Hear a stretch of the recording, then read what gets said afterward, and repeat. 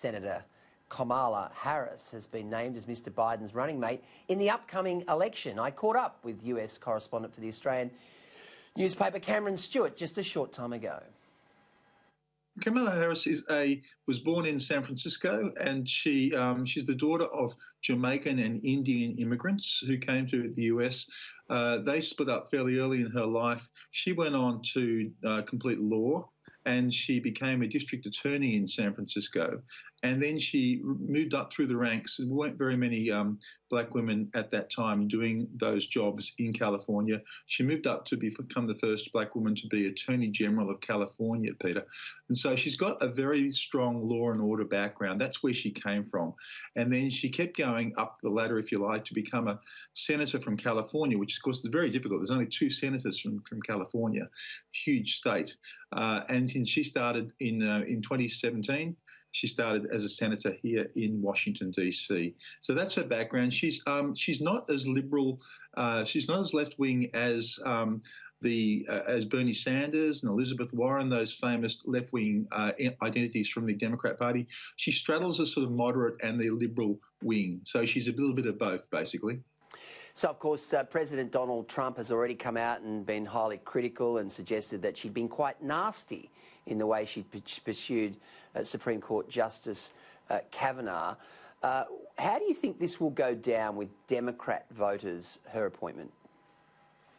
Well, look, I think Democrat voters will actually welcome it in the sense that, she's a very, of all the choices, of all the people on Joe Biden's shortlist for vice president, Kamala Harris is probably the safest bet. She's the only senator from a big state. She's got lots of legislative experience. Also, what's interesting is that she's got quite a strong law and order record.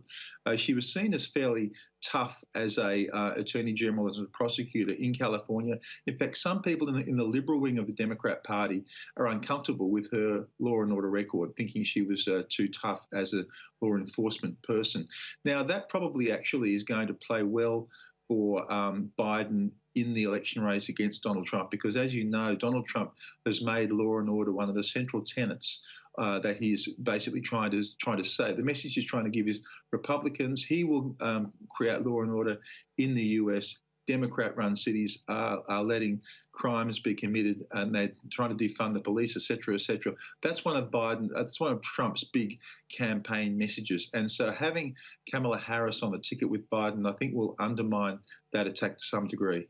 And Cameron, this is an incredibly important appointment because there are question marks over Joe Biden's longevity in the job if he in fact becomes president. He will be the oldest president ever to be elected if in fact he is elected. So there is a strong possibility that, Kamala Harris could in fact either assume office as president during the next 8 years, or in fact if Biden was to step down in 2024, she would be the nominal Democratic presidential candidate.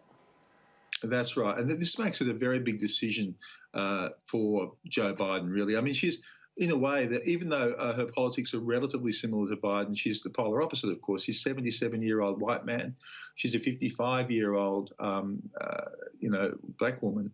And you've never had someone run for office so old with Biden, and you've never had a woman at all run for vice president, much less a black woman. And so, it's all a lot of firsts. But, of course, as you say, Joe Biden will be 78 when he assumes office if he wins the election.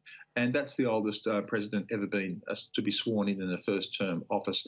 He's never said this, but the general assumption here in Washington is that Biden, if he's elected, will not serve a second term. He'd be 82.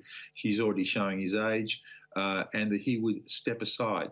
And if that's the case, then Kamala Harris is absolutely in the box seat as far as taking over the Democrat nomination at that point.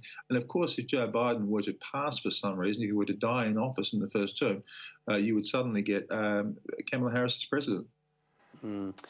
Now, Cameron, of course, we're still 10 weeks, 11 weeks away from the presidential election, so there's a lot of water to go under the bridge in the next 10 or 11 weeks. But what's your sense on the ground in Washington? The last time we spoke, you were not quite sure whether Trump would be returned because at that point he was sailing ahead pretty nicely in the polls. But of course, COVID has wreaked havoc in the United States. Where do you think Trump stands right now when you consider that most opinion polls have Biden comfortably ahead?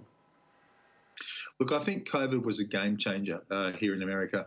It really was. I felt before COVID, I thought Trump was cruising along to probable re-election because the economy was so strong, and that seems to be what really gets presidents elected more than anything else. Now you've got an economy that's crippled because of the COVID crisis. You have the virus itself raging uncontrolled still over much of the country at very high levels. And the polls show Trump quite a way behind Biden now. I mean, like by up to 10 points, and that's well outside the margin of error at this point. And, you know, the trouble for Trump here is that the coronavirus, people say that's the most important election issue for them. And yet 2 out of 3 Americans don't like the way the president has handled the virus. So you can see the uphill road that Trump has got here. But I think there's a couple of caveats we need to make here. And the first is we've still got 2.5 months to go. That's an eternity in any political cycle. It's certainly an eternity in the world of Donald Trump because anything can happen. Now, you know, it doesn't look like at the moment there's going to be much of an economic rebound, and it doesn't look like the virus is quietening down. But look, if either of those things happened, or thirdly, if they found a vaccine before November, all of those things could change Trump's fortunes. And the last point I'd make is that we haven't seen a lot of Joe Biden. We're going to see a lot of him very soon because the Democrat convention is on next week, even though it's a virtual one. But we're going to see him now. You know, Joe Biden is a bit of a mixed bag. I travelled a lot with him through the primary states when he was campaigning here. He's not a great natural campaigner. He's a perfectly good speaker. It'll be interesting to see how he goes in this format. And, you know, when the presidential debates come, Peter, later in September and October, that will be really interesting to see Trump versus Biden then. And all of those things could change the dynamics. But at this point in time, it's fair to say that Biden is looking like the likely winner in November, but lots of things can change.